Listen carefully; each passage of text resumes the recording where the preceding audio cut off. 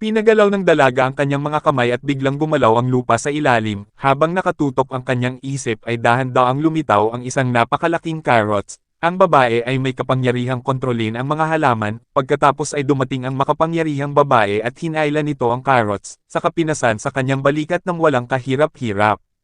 Lumalabas na silang lahat ay may taglay na kapangyarihan.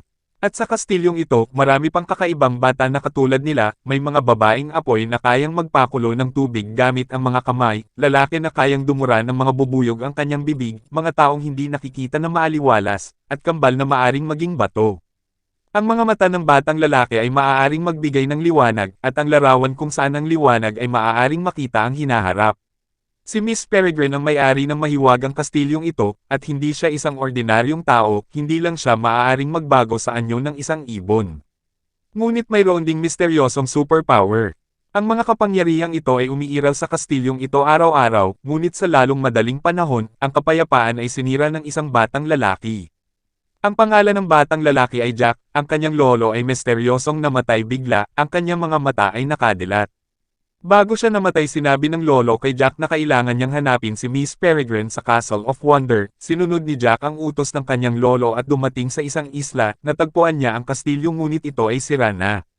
Ang kastilyo ay nawasak ng German noong 1943, sa oras na ito isang maliit na batang babae ang biglang lumitaw, at si Jack ay nagmamadaling tumakbo at nawalan ng malay, nang magising siya ay dinala siya ng mga makapangyarihan sa kuweba.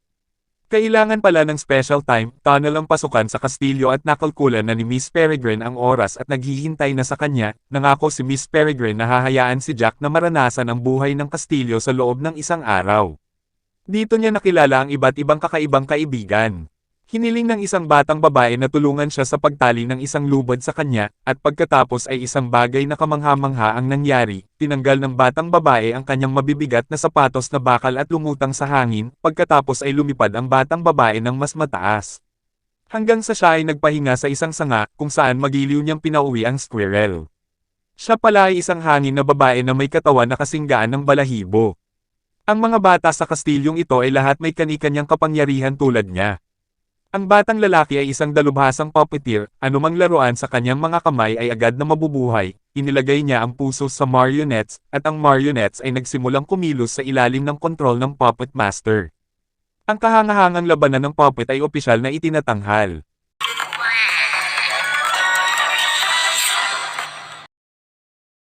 Sa oras ng kainan, sumabay din si Jack kasama nila, hindi niya sinasadyang maupuan ang invisible na lalaki.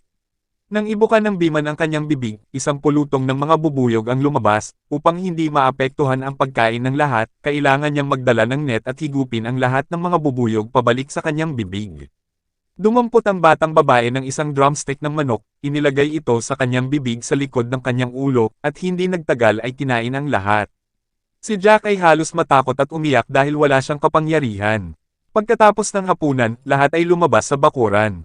Oras na para ipakita ni Miss Peregrine ang kanyang kapangyarihan, lahat ay nagsuot ng gas mask at tumingin si Miss Peregrine sa kanyang maliit na orasan, nang biglang lumipad sa langit ang ilang jet fighter, naghulog ng bomba ang isa sa mga mandirigma at dumiretso sa kastilyo.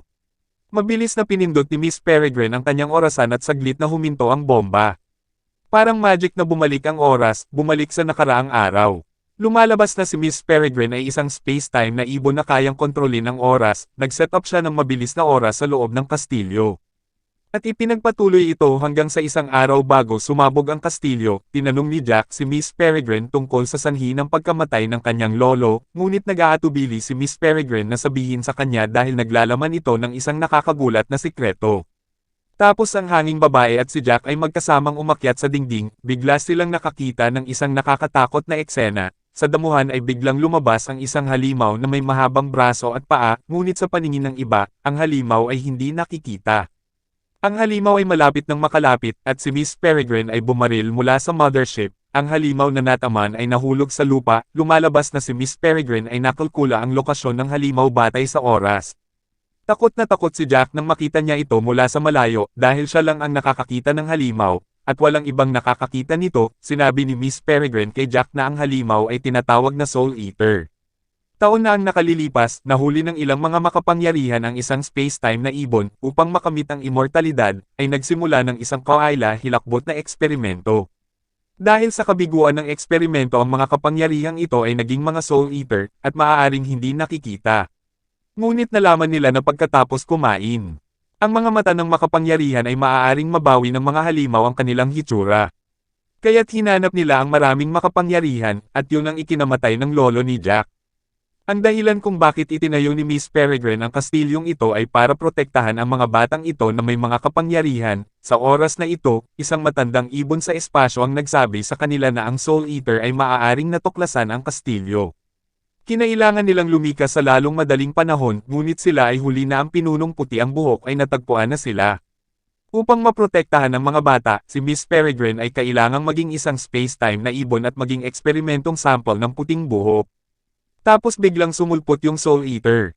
At tinire ni Jack ang halimaw gamit ang pana, pagkatapos ay nagmadaling lumabas ang lahat sa bintana, kontrolado ng anak ng kalikasan ang pagpahaba ng 3 sanga at agad silang tumakas. Ngunit noon ay pinasabog ng mga German ang kastilyo, sa kritikal na sitwasyong ito ang babaeng hangin ay tinanggal ang bakal na sapatos at matagumpay na lumipad palayo kasama si Jack. Para mailigtas si Miss Peregrine, pumunta sila sa bahay ng Soul Eater, agad na umatake ang Soul Eater, binato ng mga matatalinong bata ng snowballs ang halimaw at dinagdagan ng mga makukulay na marshmallow, at unti-unting lumilitaw ang mga halimaw, pagkatapos ay kontrolado ng Puppet Master ang hukbo ng skeleton at naglunsad ng counterattack. Binuhat ni Power Girl ang kahoy na kabayo at sabay hampas sa halimaw. Sa kabilang banda, natagpuan na rin ni Jack ang kwarto kung saan nakalagak ang Time Bird at inilabas niya ang lahat ng space-time ng mga ibon. Sa huling sandali ay pumasok ang may puting buhok, ang hangin na babae at Puppet Master ay dumating. May 2 Jack, at ang isa ay may puting buhok. Sa oras na iyon ang Soul Eater ay lumitaw at inatake ang Jack na may puting buhok at agad na namatay. Sa huli ay pinaslang ng tunay na Jack ang Soul Eater gamit ang crossbow.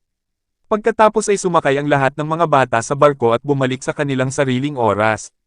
At pinapanood ni Miss Peregrine ang mga bata mula sa malayo na laging nagbabantay sa kanila. At dyan na nagtatapos ang video mga idol. Maraming salamat sa panunood. Hanggang sa muli.